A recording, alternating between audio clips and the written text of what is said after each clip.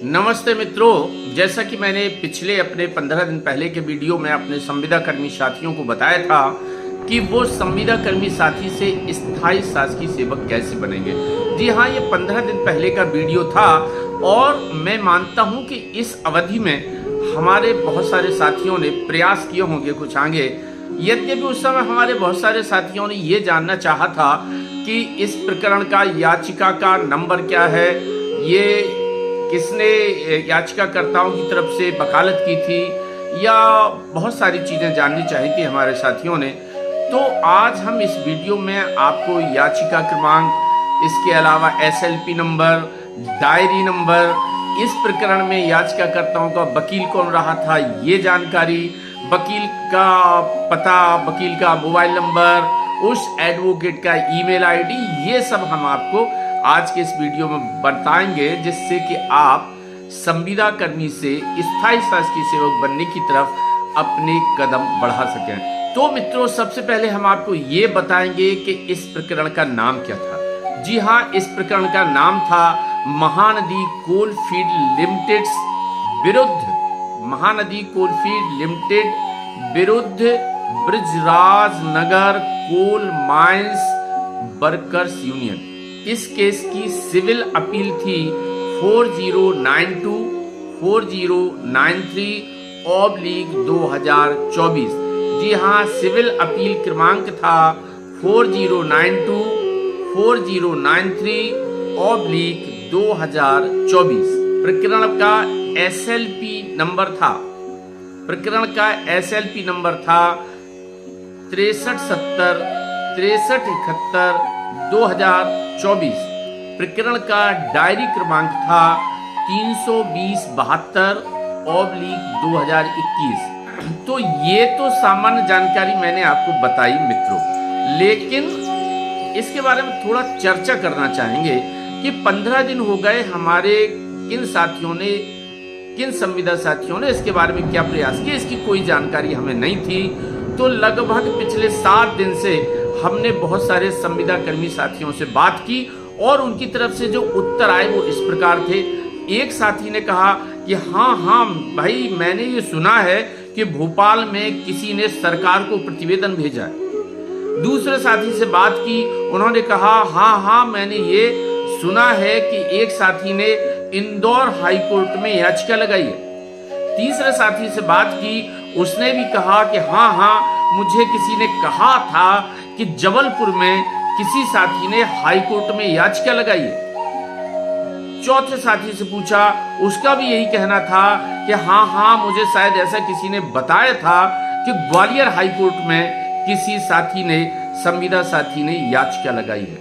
जी हाँ मित्रों, सभी ने केवल सुना था, किसी के पास कोई भी ठोस जानकारी नहीं है कि क्या किसी संविदा कर्मी साथी ने स्थायी शासकीय सेवक बनने की तरफ कोई कदम उठाया है, कोई शुरुआत की है, किसी को नहीं जानकारी। जी हाँ, सब इंतजार कर रहे हैं कि ये पहला कदम कोई दूसरा संविदा साथी उठा दे।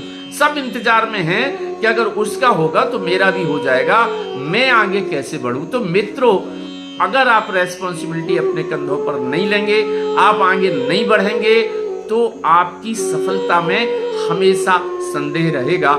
इसके लिए आपको एक छोटी सी कहानी जरूर सुनाना चाहूंगा। जी हाँ मित्रों, ये कहानी है चिड़िया, बच्चे और किसानों की। जी हाँ मित्रों, एक चिड़िया ने एक किसान के गेहूं के खेत में अपने कुछ अंडों से बच्चे निकाले। अभी बच्चे उड़ नहीं पा रहे थे, तभी एक दिन किसान खेत पर अपने पुत्र के साथ आया और उसने अपने पुत्र से कहा, हे पुत्र, अपनी फसल पक रही है तो हम कल से अपने पड़ोसी को फसल काटने के लिए भेजेंगे। शाम के चिड़िया माँ दाना लेकर बच्चों के पास जब आई तो बच्चे बहुत चिंतित थे। उन्होंने बच्चों ने माँ से कहा, चिड़िया माँ से कहा, माँ, किसान आया था और उसने कहा था कि कल से वो अपने पड़ोसी को फसल काटने के लिए खेत पर भेजेगा, हमें कल से पहले ये खेत छोड़ना पड़ेगा।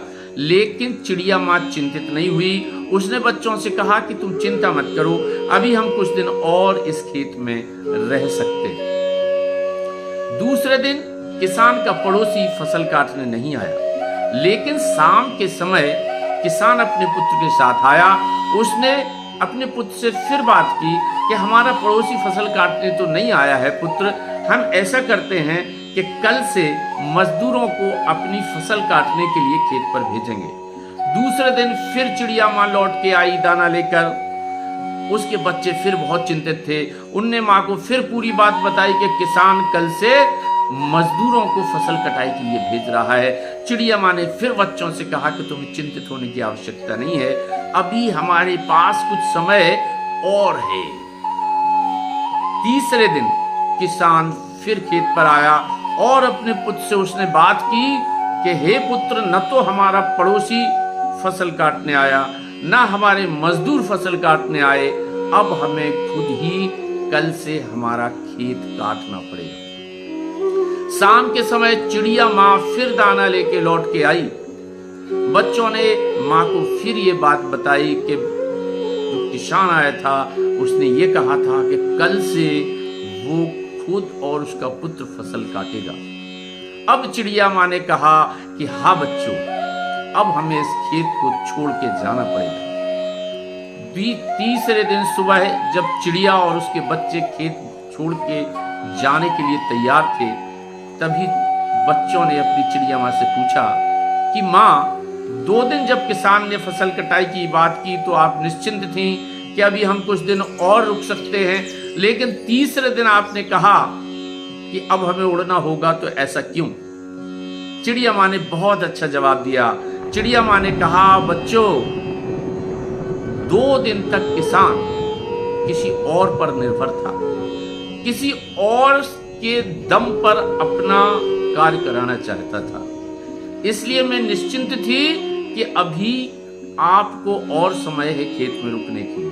लेकिन तीसरे दिन किसान ने खुद अपने कंधों पर पूरा उत्तरदायित्व ले लिया और सफलता के लिए आवश्यक है, कार्य पूर्ण होने के लिए आवश्यक है कि आप खुद अपने कंधों पर उत्तरदायित्व लें।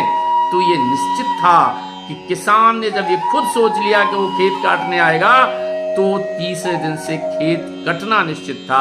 इसलिए हमने आपसे ऐसा कहा था कि हमें तीसरे दिन जाना पड़ेगा। तीसरे दिन तक बच्चे उड़ने लायक हो गए थे। माँ चिड़िया और उसके बच्चे सकुशल फुर्र करके खेत से उड़ गए। मित्रों, इस कहानी से आपको बहुत बड़ी सीख है। मंतव्य ये है कि ये जो कार्य है संविदा कर्मी से स्थायी शासकीय सेवक होने का, इसमें किसी न किसी को अपने कंधों पर उत्तरदायित्व लेना होगा। मित्रों, जब तक आप अपने कंधों पर उत्तरदायित्व नहीं लेंगे तो आपकी सफलता में संदेह रहेगा। जी हाँ, अब हम बताते हैं कि याचिकाकर्ता के वकील कौन थे। तो मित्रों, याचिकाकर्ता के वकील थे सौम्यजीत पाणी। जी हाँ, सौम्यजीत पाणी ये दिल्ली में जंगपुरा में रहते हैं। जी हाँ, दिल्ली में जंगपुरा में रहते हैं। इनका पता है 2/4A। जी हाँ, 2/4A Jangpura A basement hospital road, Jangpura, Delhi 110014। Shri Saumyajit Pani advocate का मोबाइल नंबर है 7947132629। एडवोकेट श्री सौम्यजीत पाणी का ईमेल एड्रेस है soumyjeetpani@hotmail.com। तो मित्रों, आपको जो जानकारी चाहिए थी वो जानकारी हमने आपको उपलब्ध करा दी है। आपके पास हथियार हैं, आपके पास रास्ता है। आपको अपनी लड़ाई खुद लड़नी पड़ेगी। अगर आप बेहतर स्थितियों की कामना करते हैं तो हम भी आपके लिए बहुत बहुत शुभकामनाएं देते हैं कि आप सफल हों।